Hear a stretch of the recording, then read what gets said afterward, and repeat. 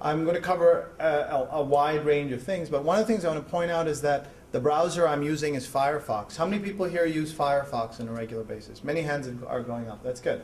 I think Firefox is a good browser, and I use it regularly because it solves some of the problems I have with Explorer. One of the problems you did see, though, now is that it doesn't, at least this version didn't come with Flash built in, so I had to switch back and forth. But you can do that. You can have your Explorer running and your Firefox.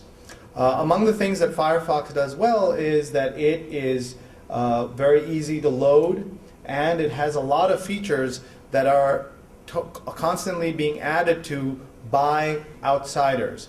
Think of this as thousands of developers around the world trying to improve this product, kind of like an online kibbutz. And so the product's constantly being refined, and in that sense it's a little more secure.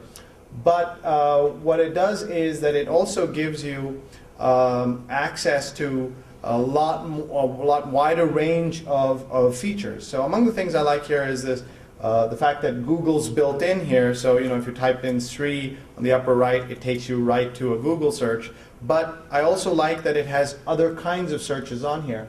Yahoo, Amazon, Answers, etc. And I tell my students, think for 10 seconds before you touch a keyboard, and you'll save yourself 10 minutes. So, for example, if I wanted to confirm the name of a book by a particular author, instead of going to Google, I might go to Amazon and do the search there.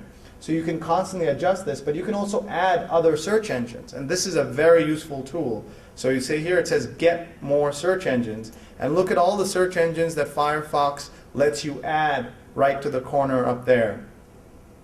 So among other things, BBC, ESPN, MarketWatch, Wikipedia, and I will talk about Wikipedia in a little bit, Flickr, Weather Channel, Hollywood, etc. So if you're someone who really likes the BBC, you would just add it to the system here, and then you could pull down BBC News. Does everyone see how that works?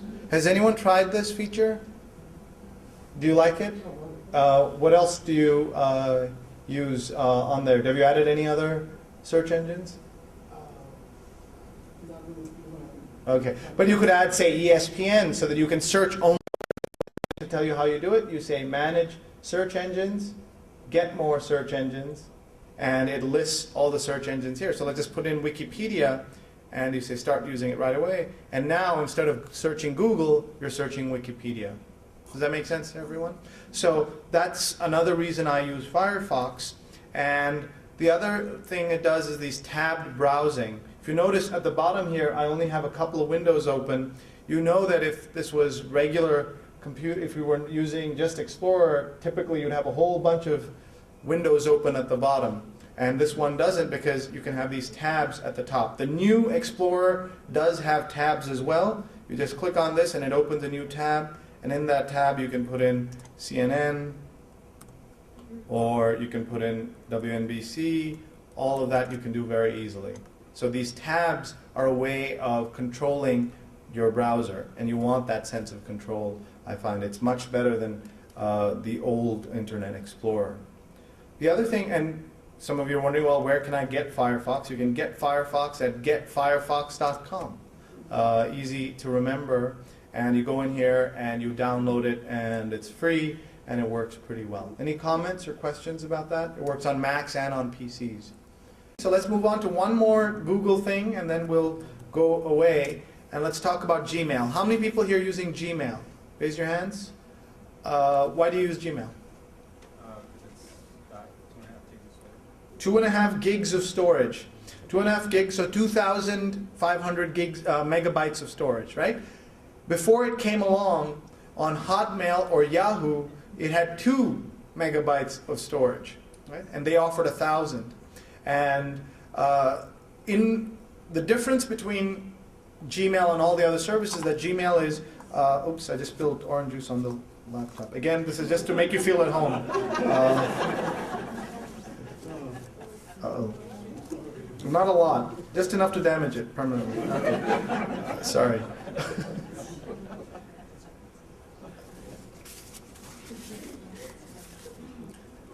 So what the big difference is with Gmail is how dynamic it is. That when you edit, when you delete, you don't have to refresh the whole page. But the other big thing is that they serve up ads based on what the content of your email is, right? So I write to my wife, honey, can you pick up some milk? There's an ad for Gristedes on there, or Pathmark. Do you care about that? No, right? He doesn't care that a machine is reading his email and knows that he's buying milk for his wife. He doesn't have a wife, but so what is that? What is it about our society now that we're saying it's okay? And what I have found is that people are willing to give up privacy for convenience, right? Now the thing is that every email you write, in fact, is read by a machine. Only Google has found a way to make money off of that, basically, right? And they're upfront about it. I tell everyone who gets email or uses email to be very careful. Anything you type into email lives on. It doesn't get deleted. So often you have this problem where someone in your office, and we're not looking at any of the faculty here, but writes you a nasty note, and your first instinct is to what? Write back a nasty note. And I tell people, write the nasty note and then save draft. Or just walk away from the computer. Or do something else, but because you are likely that moment of anger will pass, hopefully. And you have to be very, very careful. The president of Barnard College, recently I was reading, what she does with her email is that every piece of email, after she hits send, it doesn't go. It goes into a queue. And then she has to, again, approve each one individually. It sounds like a lot of work, but she says it keeps her from sending messages that she may, she might think the better of it. So she sends 10 replies, but maybe only 8 actually get sent. But it's cathartic. The act of writing the nasty email is great fun, isn't it? But don't send it. And a message to all those people who use MySpace, anything you put on there, is public and will live on. And grad school directors, admissions directors, employers are routinely searching MySpace, Facebook, Friendster to see what you've said about you and your friends and everything else. So I know you've heard this again and again, but just wanted to re-emphasize it. And I have seen that in action at the university. It's just routine for us to check on who our applicants are. So please be careful about that. Any questions or comments? Gmail used to be by invitation only, but now has opened up. Any comments from Gmail users about it or anything? Yahoo has itself undergone makeover as well. Any Yahoo users here? Yeah, do you like it? Do you like the new version, or you're using classic? It's the same. Okay. Anyone who switched to Gmail want to talk about it? The good or bad? No? Okay. So that's all about Google. I once gave a 4-hour class about things you didn't know Google does. We're not going to do that. The reason I spend so much time on Google, and by the way, I make no money from any of the websites I've talked about. The reason I talk about Google is because it's the most powerful company right now, and it's a way of looking from there to talk about other products and other innovations going on in our Gmail?